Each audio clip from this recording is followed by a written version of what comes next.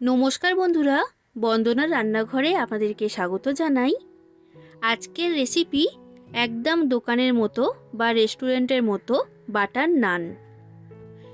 East ছাড়া গ্যাসের ওভেনে এই রকম নরম তুলতুলে একদম দোকানের মতো বাটার নান বাড়িতে কিভাবে বানাবেন সেই রেসিপিটাই আপনাদের সাথে আমি শেয়ার করছি। একদমই সহজ একটা রেসিপি, যে কোনো দিন রান্না করেননি সেও কিন্তু এই রেসিপিটা ফলো করে একদম পারফেক্ট বাটার নান বানিয়ে ফেলতে পারবে। তাই বন্ধুরা, আপনারা পুরো রেসিপিটা দেখতে থাকুন। আশা করছি আপনাদের সকলের খুবই ভালো লাগবে। আর আপনারা যদি আমার চ্যানেলে নতুন এসে থাকেন তাহলে আমার চ্যানেলটা সাবস্ক্রাইব করার জন্য অনুরোধ রইল। বাটার নান তৈরি করার জন্য আমি এখানে নিয়েছি 3 কাপ ময়দা। ওজনে মাপ হবে 600 গ্রাম।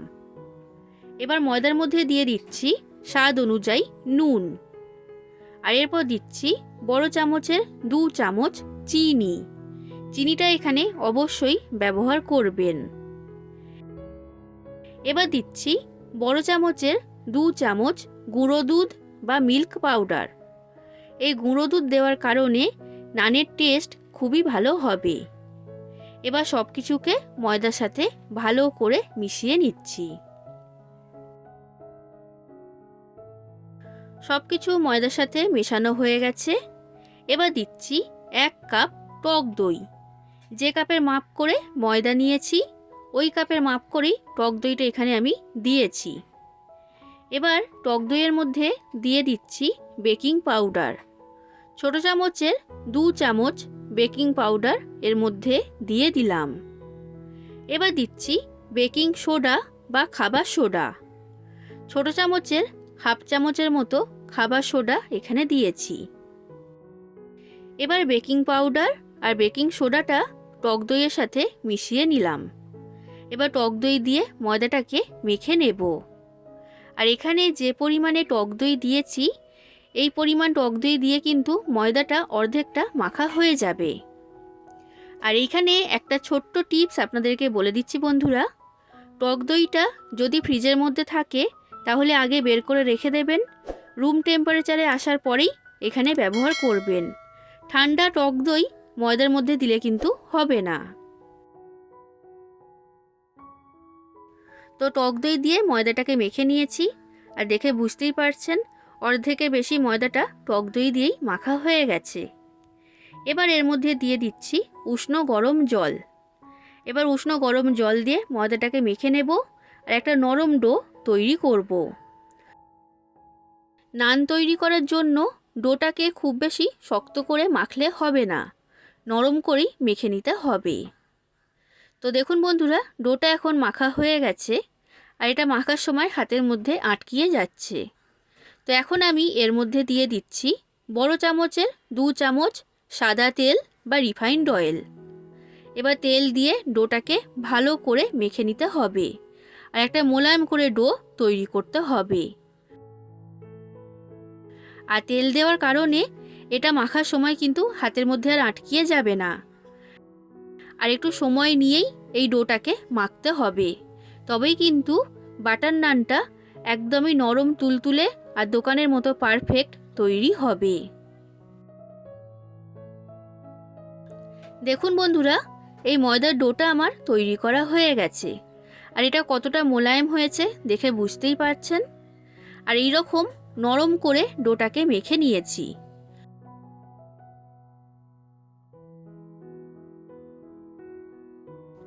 এবার ডোয়ের মধ্যে লাগিয়ে দিলাম সাদা তেল, আর তেলটাকে ভালো করে চারিদিকে লাগিয়ে দিতে হবে।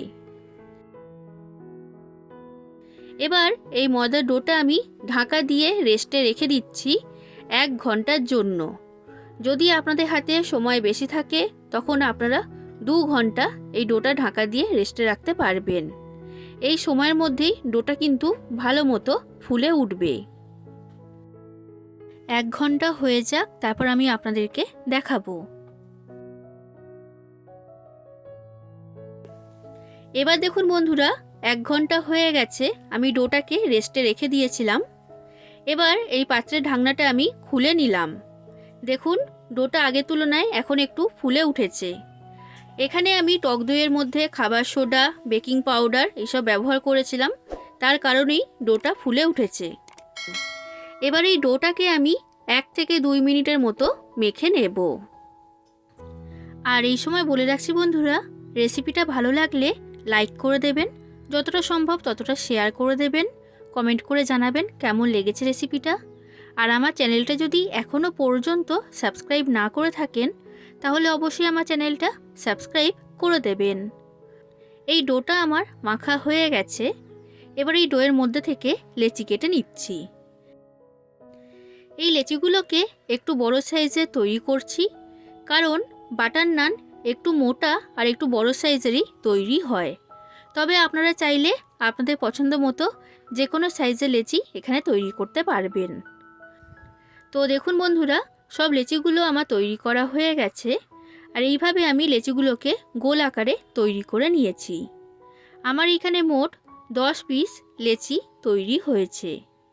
এবার লেচিগুলোকে আমি ঢাকা দিয়ে রেখে দিচ্ছি 5 মিনিটের জন্য। এই 5 মিনিটের মধ্যেই এটা খুব ভালো মতো সেট হয়ে যাবে। এবার এই বাটার নানগুলো আমি গ্যাসের ওভেনে তাওয়াতে তৈরি করব। তার জন্য গ্যাসের মধ্যে একটা তাওয়া গরম হতে আমি বসিয়ে দিলাম। 5 মিনিট হয়ে গেছে বন্ধুরা। আমি লেচিগুলো যে রেস্টে রেখে দিয়েছিলাম সেটা নিয়ে নিয়েছি। এবার এর মধ্যে থেকে একটা লেচি নিয়ে নিলাম আর বাদবাকিগুলোকে ঢাকা দিয়ে রেখে দিচ্ছি। এবার এই লেচিটাকে আমি বেলে নেব, আর বেলার জন্য ব্যবহার করছি শুকনো ময়দা। তো এটাকে আমি একটু বড় সাইজের করে বেলে নিচ্ছি। এবার এই রুটির মধ্যে আমি দিয়ে দিচ্ছি কালো জিরে, আর এরপর দিচ্ছি সাদা তিল। দোকানেতে যে বাটার নান আমরা কিনে খাই তাতে সাদা তিল দেওয়া হয়, তবে আপনাদের কাছে যদি সাদা তিল না থাকে তখন এটা ছাড়াই আপনারা তৈরি করে নেবেন, তাতে কোনো রকম অসুবিধা হবে না। আর এরপর সামান্য পরিমাণ ধনেপাতা কুচি উপর থেকে ছড়িয়ে দিলাম। এবার এই নানটাকে বড় আকারে তৈরি করে নিচ্ছি। তো দেখুন বন্ধুরা, এটা আমার বেলা হয়ে গেছে। আর সামান্য একটু মোটা রেখেই বেলেছি, খুব বেশি পাতলা করলেও হবে না, আবার খুব বেশি মোটা করলেও হবে না। তাওয়াটা খুব ভালো মতো গরম হয়ে গেছে। এবার এই গরম তাওয়ার মধ্যে এই নানটাকে দিয়ে দিচ্ছি। আর যেদিকে ধনেপাতা, কালো জিরে এইসব লাগিয়েছি সেই দিকটা আমি নিচের দিকে দিয়ে দিলাম। এবার এই দিকটাকে প্রথমে 1 মিনিটের মতো সেঁকে নিতে হবে, গ্যাসের ফ্লেমটা লো ফ্লেমে রেখে। তো 1 মিনিট এই দিকটা সেঁকা হয়ে গেছে। এবার এটাকে আমি উল্টিয়ে দিচ্ছি। এবার গ্যাসের ফ্লেমটা লো ফ্লেমে রেখে তাওয়াটা ঢাকা দিয়ে নানটা এখন হতে দেব 2 মিনিটের জন্য। দেখুন বন্ধুরা, 2 মিনিট পর তাওয়ার ঢাকনাটা আমি খুলে নিয়েছি। আর এই নানটা কতটা ফুলে উঠেছে দেখতেই পাচ্ছেন, একদম বলের মতো ফুলকো ফুলকো তৈরি হয়েছে। এবার এটাকে আমি উল্টে এই দিকটাকেও একটু ভালো করে সেঁকে নিলাম। এবার নামানোর আগে আমি এর মধ্যে লাগিয়ে দিচ্ছি বাটার, আর বাটারটাকে চারিদিকে ভালো করে লাগিয়ে দিতে হবে।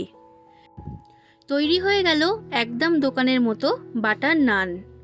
আমি আপনাদেরকে আরও একটা নান তৈরি করে দেখাচ্ছি যাতে আপনাদের বুঝতে সুবিধা হয়। বন্ধুরা, আমি আপনাদেরকে একদম সহজ পদ্ধতিতে ঘরে থাকা উপকরণ দিয়েই এই বাটার নানটা তৈরি করে দেখিয়েছি। আপনারা বাড়িতে অবশ্যই একবার এই বাটার নান তৈরি করবেন, আর কেমন লেগেছে সেটা আমাকে কমেন্ট করে জানাবেন। আশা করছি আপনাদের সকলের রেসিপিটা খুবই ভালো লেগেছে। আর এই বাটার নানগুলো খুবই নরম তুলতুলে তৈরি হয়, না বানিয়ে খেলে কিন্তু আপনারা বুঝতেই পারবেন না।